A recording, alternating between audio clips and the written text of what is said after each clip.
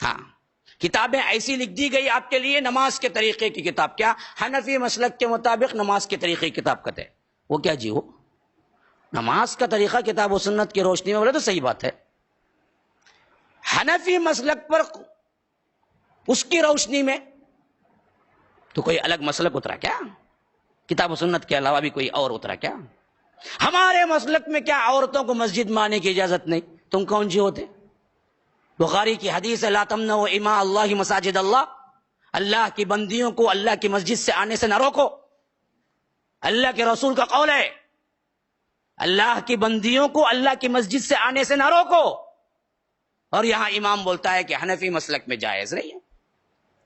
ہاں حنفی مسلک میں یہ تو جائز نہیں، لیکن حنفی عورتیں پکچر کو جاؤ جا سکتی ہیں، مال کو جاؤ جا سکتی ہیں، کیا فیشن کو جاؤ جا سکتی ہیں، الگ الگ کلب کو جاؤ جا سکتی ہیں، ان کو منع کیا کہ تو مسجد کو ایک جاؤ نہ کو، بگڑ کو جائیں گے اچھی بنیں گے۔ ہاں کم از کم مرد تو کہیں نہ کہیں کچھ سن لیتا، عورت کو سننے کا ایک ہی موقع ملتا اگر وہ مسجد آتی جمعہ وغیرہ کا سن، وہ بھی نہ سنا اسے، پکا جاہل ان پڑھ بنا کے رکھو، خالی کھانا پکانا کھلانا پلانا، خالی کھانا پکانا کھلانا پلانا، اس میں بنا کے رکھو۔ ہاں حنفیت کو ماننے والی کیا ہے، کالج کو جا سکتی ہے، ہاں گمراہی میں پڑھ سکتی ہے، چکروں کے ساتھ پھر سکتی ہے، ان سب پہ ان کو کوئی ریمارک نہیں۔ ہم مسجدیں کھول کے عورتوں کے لیے الگ اہتمام کر کے رکھیں کہ دیکھو بھائی آؤ، یہ کیا جی تمہیں عورتوں والی مسجد کی جاتے سکی، مسجد کو ایسا پوچھتا کہتے کیا پوچھتا، عورتوں والی مسجد جاتے سنا تمہیں، یہ کیا تمہیں عورتوں کی سر کا اوپر ہاتھ بن لیے۔ میں بچپن میں سنا ایک آدمی کہہ رہا تھا مجھے، بھائی یہ لگا سب حشر کے میدان میں اللہ عورتوں کے ساتھ ملا کھڑا دے گا بھائی نا کو، کہاں عورتیں الگ کھڑے رہیں گے، کہاں مرد الگ کھڑیں گے، پوچھنا اس سے چھو، وہ کون سی جگہ رہیں گی جہاں الگ عورتیں کھڑے رہیں گے، سو کہاں مرد الگ کھڑے رہیں گے، ذرا بول۔ عجیب بات، سوال ہی کہاں پیدا ہوتا کہ اللہ کے رسول نے رجال کے لیے مردوں کے لیے نیچے، عورتوں کے لیے اوپر بولنے کا سوال ہی کہاں ہے حدیث میں ایسا لفظ؟ تم نے جو تفریق کیا وہ کہاں سے کیا؟ اللہ کے رسول مرد تھے ہے نا، تو اللہ کے رسول کہاں باندھے ہوں گے تمہارے مطابق؟ ناف کے نیچے۔ اچھا بھائی چلو مان لیا، اب جو میں اوپر جو بنتے نا عورتوں کو بالکل صحیح بولتے نا، وہ کہاں سے دلیل لیے؟ اب تمہارے کہنے کے مطابق نیچے ہاتھ بننا، تو نیچے ہاتھ بن لیا، اللہ کے رسول بھی نیچے ہاتھ بن لیا، چلو بلو بالفرض مان لیا۔ اب تم ہی کہتے ہو مرد نیچے ہاتھ بنیں گے، عورتیں اوپر ہاتھ بنیں گی، میں پوچھتا ہوں عورتیں اوپر ہاتھ بنیں گی نا، کون بولا ہو؟ وہ کہاں سے لے تم؟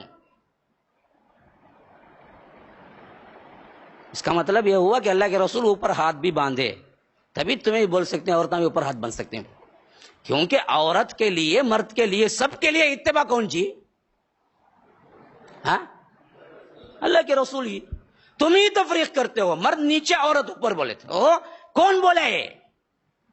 دیکھو کیا کیا بولتا، دیکھو سب ہمارے اماموں کو سب کیا کرتا، ذلیل کرتا، یہ دیوانے باتیں نہیں، اس میں تذلیل کی کوئی بات نہیں ہے۔ تم نے دراصل کیا کیا، عوام کو بہکاوا تم نے رکھا ہوا ہے، یہ ہے ہی نہیں۔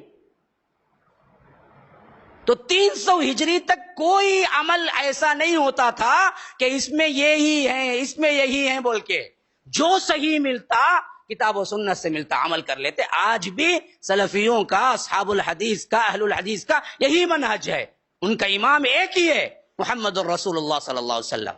بقیہ سب اماموں کی بات مانتے ہیں، عالموں کی بات مانتے ہیں، اس بات سے مانتے ہیں کہ یہ قرآن و سنت سے دلیل دیتے ہیں۔ اگر کوئی امام کوئی عالم قرآن و سنت سے دلیل نہ دے، وہ کتنا بڑا چوٹی کا امام کیوں نہ ہو، اہل الحدیث کہتے ہیں کہ اس میں انہوں نے خطا کی، غلطی کی۔ یہی بات تو تھی صحابہ میں بھی، یہی عمل تھا۔ اب بعد میں آنے والے علماء خاص کر انہی کے بھی اس بات میں سپڑے گئے۔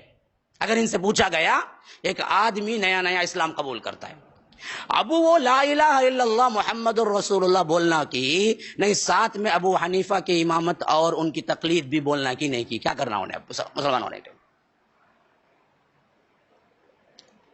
بولو نا بھائی، اگر یہ واجب ہو گئی تو لا الہ الا اللہ محمد رسول اللہ کے بعد ایک دوسرا جملہ بولنا انہیں، میں امام ابو حنیفہ کا مقلد ہوں بول کے۔ اب کوئی اسے مانتا ہے کیا؟ کوئی مسلمان ہونا چاہتا ہے تو وہ لا الہ الا اللہ محمد رسول اللہ پہ اکتفا نہیں کرنا، بلکہ ساتھ میں بولنا انہیں ابو حنیفہ کا بھی میں مقلد ہوں، تب بھی مسلمان ہوتا، نہیں تو نہیں مسلمان ہوتا۔ بول سکتا کون تبھی؟ تو پھر کیسے لائے ہمارے اوپر فقط جو نیا مسلمان ہوتا اسے لا الہ الا اللہ محمد رسول اللہ کہتے، جو پرانے پہلے سے مسلمان ہیں ان کو لا الہ الا اللہ محمد رسول اللہ ابو حنیفہ کی تقلید بھی کہتے۔ یہ کیا جی ہے؟ کیوں تم کھڑے؟ اس واسطے آج پھنسے۔ اسی وجہ سے بہت سے ایسے بڑے بڑے کیا ہیں اسکالرز جو دوسرے مذاہب کے تھے، ہمیں پتا چلتا ہے کہ اسلام قبول سچا ماننے کے باوجود قبول نہیں کیا۔ انہوں نے دیکھا کہ اگر میں سچا مان کے آ جاؤں، ہر فرقہ بولے گا میرے اس میں آؤ، میں کہاں جاؤں؟ ارے جو پرابلم میرے مذہب میں ہے یہ مذہب میں بھی وہی پرابلم ہے، چھوڑ دو، ہم ڈکلیئر ہی نہیں کریں گے۔